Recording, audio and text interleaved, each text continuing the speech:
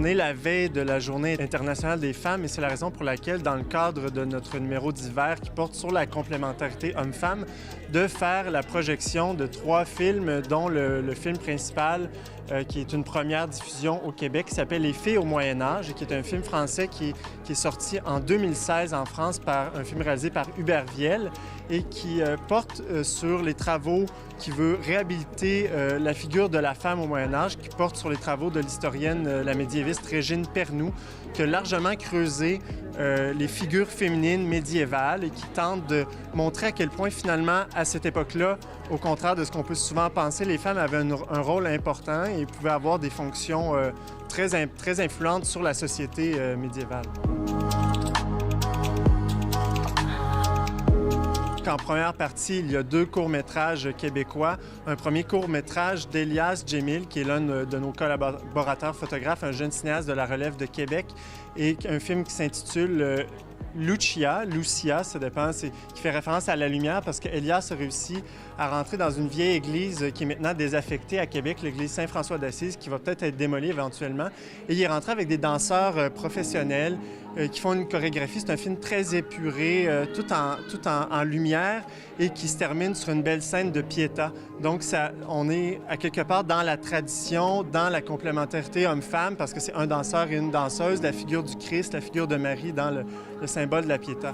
En deuxième partie aussi, Tuer poussière, le deuxième court-métrage de notre collaboratrice Stéphanie Chalut, qui porte sur aussi la question de la transmission, qui met en vedette 2 jeunes femmes qui, à la suite du décès de leur grand-père, sont en train de se réapproprier leur mémoire collective, leur identité, leur héritage. Et ce questionnement-là, cette réappropriation-là, va jusqu'à un questionnement spirituel, religieux, et qui, évidemment, les ramène, on pourrait dire, au parvis de leur église de village, en quelque sorte. Et c'est à travers ce cheminement-là qui se réapproprient leur foi et leur communauté chrétienne.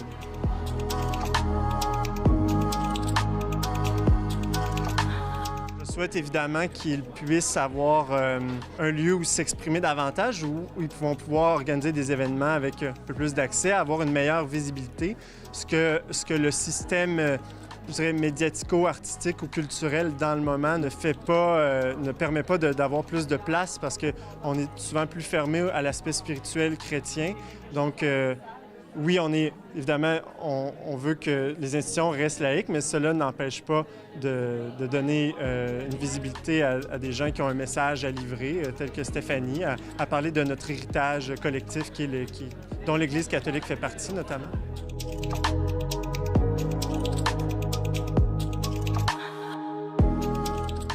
Nous, d'une certaine manière, pour le dire simplement, c'est de regrouper, de soutenir l'Église catholique dans l'évangélisation.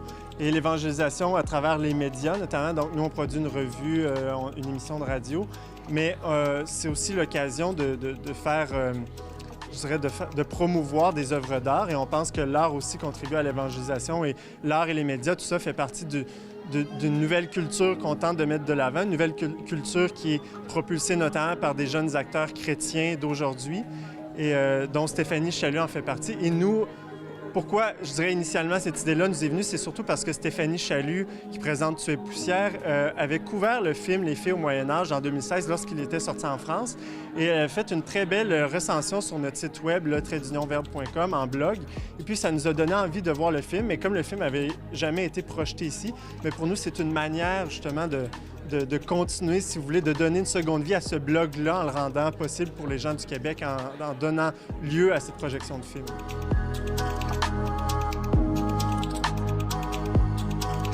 Ici, à Montréal, où on se trouve présentement, il y a un collectif d'artistes chrétiens qui s'appelle Art for Dieu.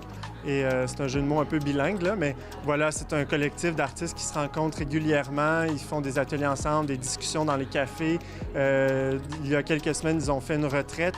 Donc, on sent qu'il y a une émergence de plus en plus de jeunes chrétiens qui, d'abord, redécouvrent la foi et qui veulent mettre au service de la foi leur talent artistique, que ce soit en photographie, en illustration, en cinéma. Donc, moi, je crois qu'il y a une véritable relève à venir de ce côté-là et que ça ne fait que commencer.